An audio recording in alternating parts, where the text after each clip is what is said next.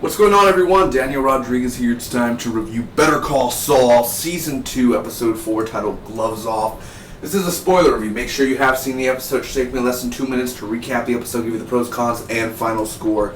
Thanks so much for joining me, man. Again, spoilers. Alright, now that's out of the way. Let me tell you, man, this episode is my favorite episode of Season 2 so far. There hasn't been one bad episode, except last week, Mike's story in that episode was kind of a little bit off, like, oh, there's gunshots, alright, like, hey, I'll stay here the night. No, please, don't do that. And then he ends up staying in the car, of course, eating a sandwich and some shit like that. Either way, this is better, man. Better Call Saul. Finally, 4 weeks in and nothing of a bad episode. I really do like this season, man, and honestly, it's getting low ratings. Make sure to share the word, Better Call Saul. Is it living up to Breaking Bad? Is it Breaking Bad status? It's hard to reach Breaking Bad status when you go 5 seasons, man. I don't know, but Vince Gilligan, it has his team, people are writing it. It's not great. It's not, what am I saying? It's not bad writing. It's really, really great writing. It's really an underrated show where not many people are watching it because it's on Monday, it's at 9 o'clock. Make sure to share it. Tell people to watch the first season on Netflix, man. Watch the second season. It's a really, really, really, really awesome show. Check it out, man. Anyway, here we go. Better Call Saul, guys. First off, Mike ends up, we see him going into his home or whatever, and he's beaten up, man, basically. And he has his, left or right eye or whatever you want to call it, left eye, swollen up, and he has this keychain, boxing keychain, of course. We don't know who that belongs to until, a few more moments after that.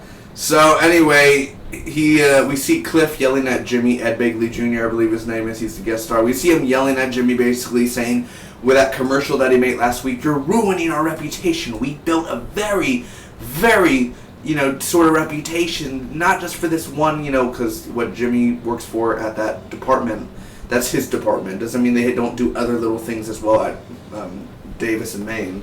So sort of now people are just going to think of us as this or that, or, so kind of ruin the reputation sort of stuff. Now, there is basically, he says, this is the first strike and second strike. And, he basically, he didn't fire him, but if you do one more thing, now it's going to be harder for you at this job, basically. So Mike and Nacho, they end up talking, and basically the man who wants to get killed, he's like, man, I got to get rid of, so he hires Mike to be the hitman. He wants him to kill Tuco. Yeah, Tuco from Breaking Bad, and we saw him as well in the first episode of Better Call Saul, and second episode. Tuco, of course, the guy who was always doing cocaine, and he did the knuckles and hitting and everything, and it was pretty badass, man. Always good to see some Breaking Bad characters up in here. So basically, he even has, he was talking about this guy named Dog Possum, and Tuco shot him in the head, and he has, this fragment of Dog Possum's skull in his chest right here, and he doesn't want to pull it out because it's deep. It was some pretty, dialogue up in there, to the backstory and everything. I really love those shows where it's just all about dialogue. You gotta listen to it. You gotta pay attention to it. It's a story within a story while you're watching it. I love how they just conversate. It's all about conversation in this show, man. Conversation and basically choices that they make. So, of course, Mike ends up going to look for sniper rifles, and it's freaking Bobby from Supernatural, Jim Beaver. He just shows up, and he's like, that sniper rifle, all that. So he's not wearing a cap and everything. I'm like, Bobby Singer. So anyway, he ends up 50 grand or something that Nacho will pay him if he shoots him with a sniper rifle, but he ends up being not to Nacho, but to Jim Beaver, he's like, I don't need a sniper rifle. Thank you anyway, sort of thing. And he's like, well, if you need me, you know where I'm at. So Kim is in filing now because she got in trouble because of what Saul did of the commercial, and she's at a different law firm, and she got in trouble, so now she's in filing.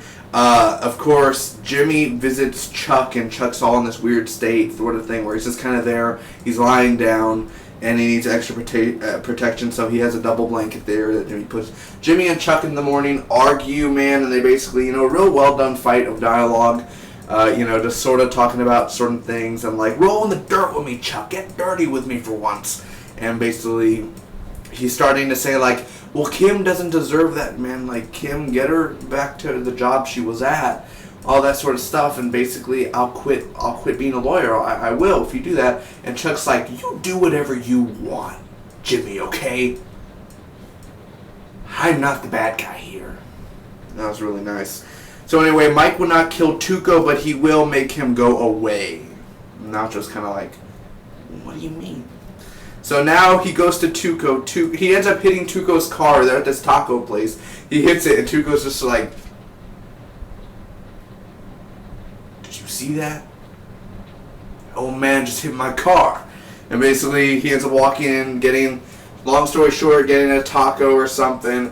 And then he sees the wallet, and Tuco goes outside with him, and he's like, hey, old man, look at that. You hit my car and everything. He's like, money. Let me see that wallet. He's like, you're going to die for $400? But like 10 minutes earlier, Mike called the police and said, like, there's a fight going on at this taco place.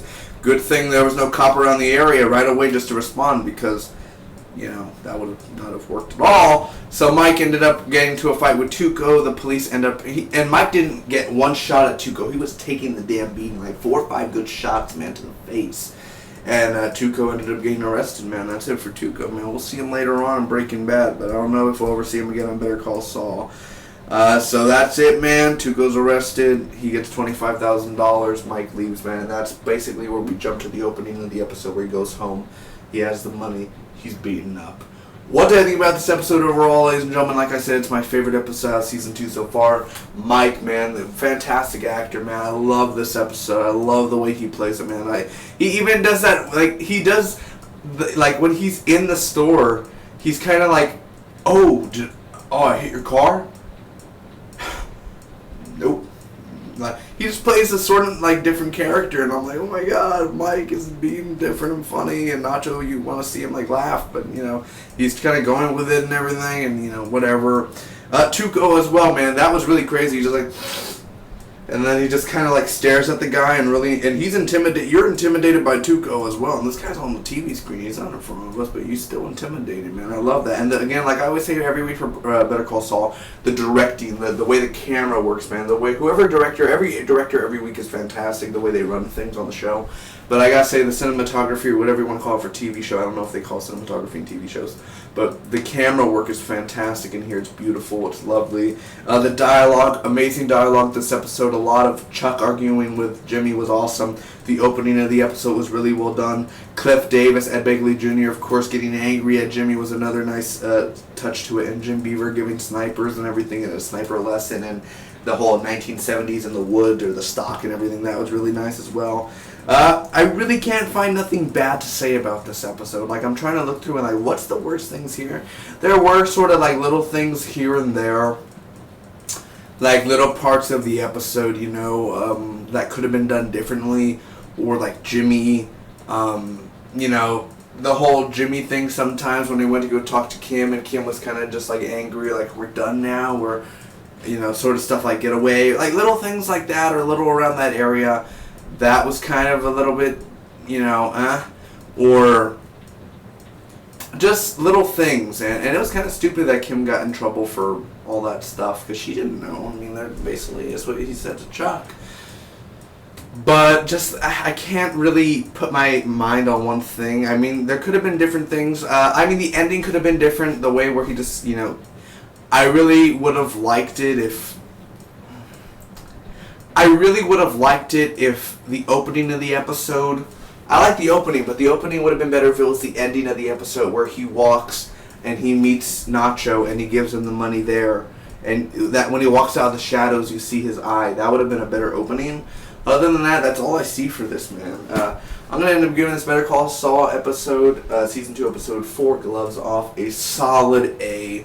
Secondarily an A-, man. Honestly, it's a great episode. I really, really do love it. And that's the bottom line. because I said so, man. Comment down below, tell me your favorite parts about this Better Call Saul episode. I'll be seeing you guys next week. Remember, share this video, share the news, Better Call Saul, man. Let's get this picked up for our 3rd season as well, man. Bob Odenkirk's fantastic. Every actor in here is fantastic. This is not something you get kids every week, man. This is a very prestige show, just like Breaking Bad. It's gone. You don't want Better Call Saul just to be, like, gone. You want it to continue, man. Keep this going. Vince Gilligan's work lives on, man. Holy hell. Until next time, thanks again. Want to support the channel, hit that subscribe button. Really would appreciate it. Bye-bye.